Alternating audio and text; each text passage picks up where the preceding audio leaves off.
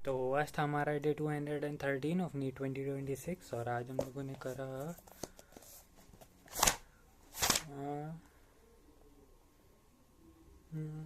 9 से स्टार्ट करना था, लेकिन सुबह गर्दन थोड़ी दर्द हो रही थी तो 10 से स्टार्ट करा। 10 से 11:40 हमने रिवीजन करा एसएचएम का, और फिर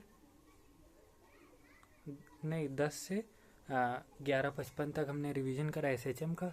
फिर हमने 12 बजे से क्वेश्चन प्रैक्टिस के लिए रखा था, लेकिन हमने पहला क्वेश्चन वही नीट प्रेप से करा था, तो पहला क्वेश्चन करा, वो हो गया। दूसरा करा वो नहीं हुआ, तीसरा करा वो भी गलत हो गया, और चौथा करा वो भी गलत हो गया। तो हमने ऐप बंद कर दिया और टाइमर स्टॉप कर दिया था, और फिर हम रील स्क्रॉल करने लगे। 1.5-2 महीने बाद इंस्टॉल करा और फिर रील स्क्रॉल करने लगे। तो 40 मिनट, मतलब कि 12:05 से 1:10 तक हमें करना था क्वेश्चन प्रैक्टिस, लेकिन हमने नहीं करी, बस थोड़े से करे और वेस्ट कर दिया टाइम 40 मिनट फालतू में। तो क्वेश्चन प्रैक्टिस नहीं करी, मतलब कि स्केप कर रहे थे हम चीज़ों से। फिर 2 से 4 हमने लेक्चर लिया, कोऑर्डिनेशन कंपाउंड का नहीं, ऑर्गेनिज्म एंड पॉपुलेशन का। ऑर्गेनिज्म एंड पॉपुलेशन का वन शॉट ही ले रहे हैं तरुण सर का वाईटी से, क्योंकि वो छोटा चैप्टर है और जो शुरू का उसमें पार्ट है वो हट गया है।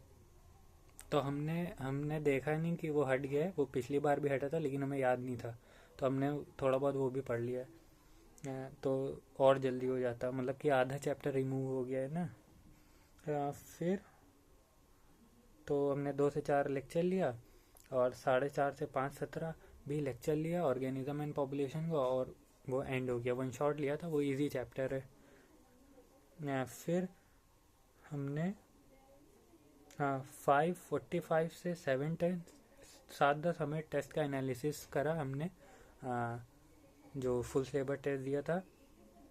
वैसे हमने ये कार्ड दिया था कि टेस्ट एनालिसिस नहीं करेंगे, इसके जगह कोई फिजिकल एक्टिविटी करेंगे, क्योंकि जब रात में लेटने गए थे तो थोड़ा दर्द हो रहा था। लेकिन उस टाइम पर हमें लगा कि अभी थोड़ा पढ़ाई पे ज़्यादा फोकस देते हैं, लेकिन फिजिकल एक्टिविटी भी कोई ज़रूरी है, तो करेंगे जल्दी कुछ। फिर 8:35 से 10 हमने टेस्ट का और एनालिसिस करा, और फिर 10:30 से 12 हमने लेक्चर लिया कोऑर्डिनेशन कंपाउंड का, और फिर 12:05 से 1 हमने रिवीजन करा जो दिन भर में पढ़ा, और फिर 12:47 से नहीं, क्योंकि 12:05 से 1 तो हमने रिवीजन ही करा, तो 1:05 से 1:35 तक हमने वीक एरिया और प्लस रट्टा मारा रिएक्शन का। हमें पता नहीं था कि मेरे टेस्ट में हाइड्रोकार्बन भी आ रहा है, हमने सही से देखा नहीं था सिलेबस, वो हमें कल मालूम चला। तो हमने वीक एरिया और रिएक्शन के रट्टा वाले में हाइड्रोकार्बन पढ़ा। तो हाइड्रोकार्बन में हमने पढ़ा था, एक तो रिडक्शन रिएक्शन हो गई, सी डबल बॉन्ड सी को H2+PD से रिड्यूस होता है तो एल्केन बन जाएगी, और दूसरी और एक वुड्स हमने बताई थी, Na ड्राई ईथर के साथ रेडिकल बनेगा, कंबाइन हो जाएगा। और फिर कोलबेस इलेक्ट्रोलिसिस है, उसमें भी रेडिकल बनता है, और उसमें एक बढ़िया बात यह है कि एनोड पर CO2 रिलीज होती है और एल्केन बनता है, और जो कैथोड पर H2 रिलीज होती है। और ये हो गया कोलबे।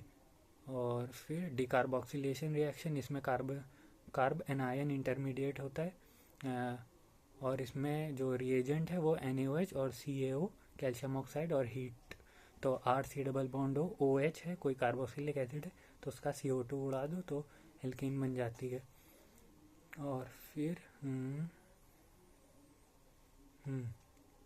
कोरे हाउस सिंथेसिस पढ़ी थी, उसमें एल्काइल हेलाइड से एल्केन बनती है, और इसमें रिएजेंट रहता है R2CuLi, और इस फॉर्म में रहता है RCu और R- और Li+ में। तो RX से एल्काइल हेलाइड से एल्केन बन जाती है।